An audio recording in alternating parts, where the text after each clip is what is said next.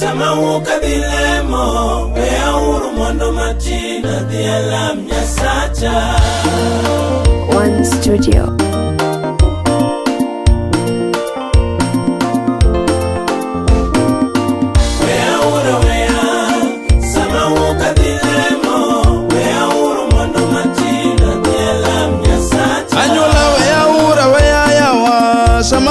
Dilemo wea uru mondo matena dhia lam nyasaye nane wea uru wea sama wuka dilemo wea uru mondo matena dhia lam nyasacha. Uwete wea ura wea yawa sama wuka dilemo wea uru mondo matena dhia lam nyasacha.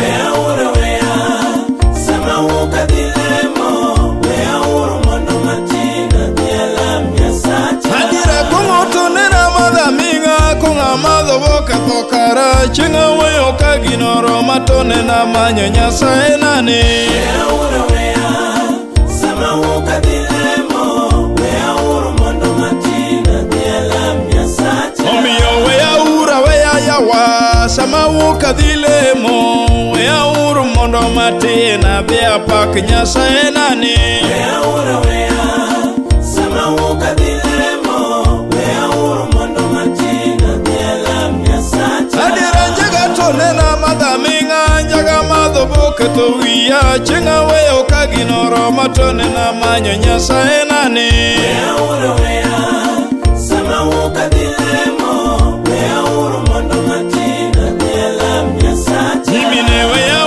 ura wea yawa sama wuka dilemo wea uru mondo matena dhia lam nyasacha. Wea uru wea sama wuka dilemo wea uru mondo matena dhia lam nyasacha. Diko wacho niya e kitabu mar Isaya achiel matindo 18 Mumo wacho kama Ruoth Nyasaye wacho niya koro biuru wapor wach kachiel kata obedo ni richo ukwar manade to gini dok matar ka pe adier kata gikwar karemo to gini bed marachar ka pamba ka wiye kuoma mumako chikna gi chunyu duto unu cham gik mabeyo duto manie piny. Haleluya. Omiyo odiochieng' ma kawuono in miwinjo wachni ber mondo mi okikirang kaka in kikirang kaka ngimani chal to yie kuom Yesu kawuono mondo mi okonyi kendo keti thuolo. Erokamano Yesu. Duong' mondo dogni. One Studio.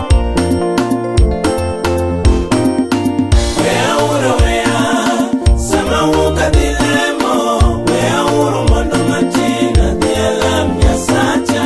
Kumutu nena madha minga kunga madho boke thokara chinga weyo kaginoro matone na manyo nyasaye nane wea uru wea sama wuka dilemo wea uru mondo matena dhia lam nyasacha. Anyuola wea ura wea yawa sama wuka dilemo wea uru mondo matina dhia lam nyasaye nane wea uru wea sama wuka dilemo wea uru mondo matena dhia lam nyasacha. Imine wea ura wea yawa sama wuka dilemo wea uru mondo matina dhia lam nyasaye nane wea uru wea sama wuka dilemo wea uru mondo matena dhia lam nyasacha. Adira njaga tonena madha minga njaga madho boke to wiya chinga weyo kaginoro matone na manyo nyasaye nane wea uru wea sama wuka dilemo wea uru mondo matena dhia lam nyasacha. Adier lweny tonena goya minga lwenya goyo boke to denda chinga weyo kaginoro matone na manyo nyasaye nane wea uru wea sama wuka dilemo wea uru mondo matena dhia lam nyasacha. Diko mar Nyasaye wuoyo kawacho niya Amos 8:11 wuoyo kama Ndalo biro ma anakelie kech to kech mar chiemo kata riyo mar pi to mana mar manyo wach Nyasaye Nyiri ma jobeyo nyaka giyaw ma jobeyo nopodh piny ka giwuotho yo nyandwat nyaka yo podho chieng' ka gimanyo wach to ok giyudi. Omiyo many Ruoth Nyasaye ka kinde pod nitie minyalo yudego.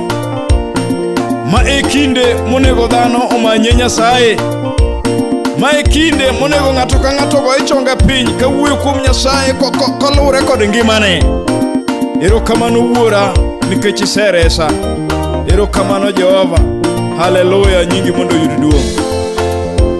Adiera chodo to neno choda minga choda chodo boketho oda chenga wayo ka ginoro matone na manyo Nyasaye nani. Wea uru wea sama wuka dilemo wea uru mondo matina dielam Nyasacha. Adiera kongo to neno madha minga konga madho boketho denda chenga wayo ka ginoro matone na manyo Nyasaye nani.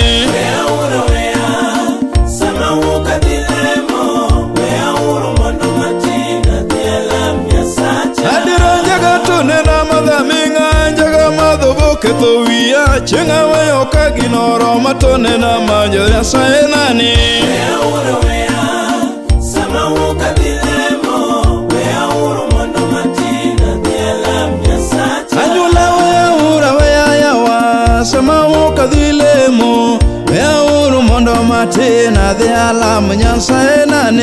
Wea uru wea sama wuka dilemo wea uru mondo matina dielam Nyasacha. Osiepe weya ura weya yawa sama wuka dhilemo weya uru mondo matina dhiapak Nyasaye nani. Wea uru wea sama wuka dilemo wea uru mondo matina dielam Nyasacha. Iko wacho e kitabu mar Isaya 55 matindo 6. Muma wacho kama: Dwaru Ruoth Nyasaye kapod kinde nitie minyalo yudego. Adier ywagneuru kapod en machiegni. Joma timbegi mono mondo owe yoregi maricho kod paro mochido. Onego giduog ir Ruoth Nyasaye mondo okechgi. Adier onego giduogi ir Nyasachwa nimar nong'wononegi richogi duto. Haleluya. In miwinjo wachni, duog ir Yesu nimar koweyoni richoni to weyoni duto te. Dhano nyalo paro richo mitimone, Nyasaye tok nyalo paro koweyoni chuth. Haleluya, nyingi oyud duong'.